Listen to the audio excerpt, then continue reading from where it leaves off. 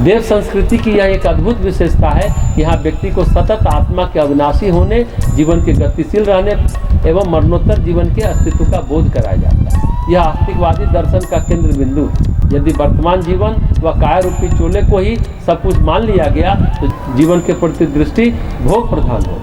व्यक्ति दूसरों को कष्ट देकर भी स्वयं सब कुछ पाने व जितना संभव हो सुखोपभोग हेतु बटोरने का प्रयास करें।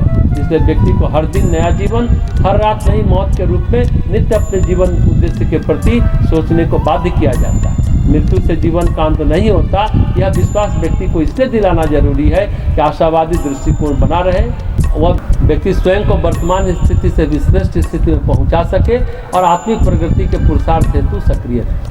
मृत्यु अनंत में विलीन होने की यह एक प्रक्रिया भी कही जा सकती है, जिसे हम इस कहानी के माध्यम से समझ सकते हैं, जो प्रज्ञा पुराण के ही 5वें अध्याय मरणोत्तर संस्कार में दिया गया है। एक घड़ा था, वह जब तक घड़ा था उसे अपने स्वास्थ्य सौंदर्य पर बड़ा गर्व था, किंतु एक दीवार से चोट लगी, उसका सारा दर्द चूर चूर हो गया।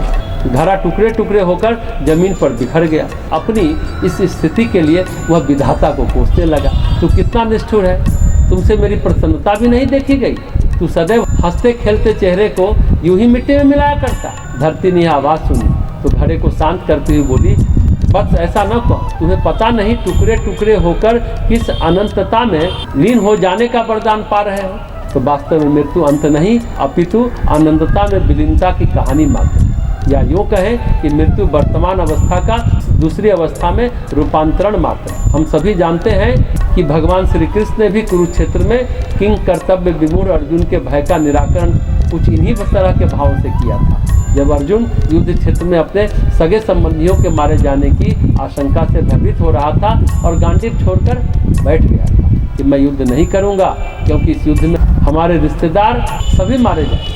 तब भगवत गीता में भगवान ने उसे समझाते हुए कहा था, जैसे मनुष्य पुराने वस्त्र को त्याग करके नया वस्त्र धारण करता है, उसी प्रकार देहधारी आत्मा पुराने शरीर को छोड़कर दूसरा नया शरीर धारण करती है। वे आगे भी कहते हैं, आत्मा अछेद्य है, अदाय है, अक्लेद्य है और अशिष्य है, तथा यह आत्मा निसंदेह नित्य, सर्वव्यापक, अचल, स्थिर रहने वाला और सनातन है। यही नहीं, गर्भोपनिषद में भी बताया गया है कि गर्भावस्था में जीव के अंतःकरण में पूर्व जन्मों की स्मृतियां जागृत होती है और वह कहता है, हजारों बार मेरा जन्म हो चुका है, विविध प्रकार के आहार मैं खा चुका हूँ, हजारों माताओं का दूध पी चुका हूँ, बार बार पैदा हुआ हूँ और बार बार मरा हूँ।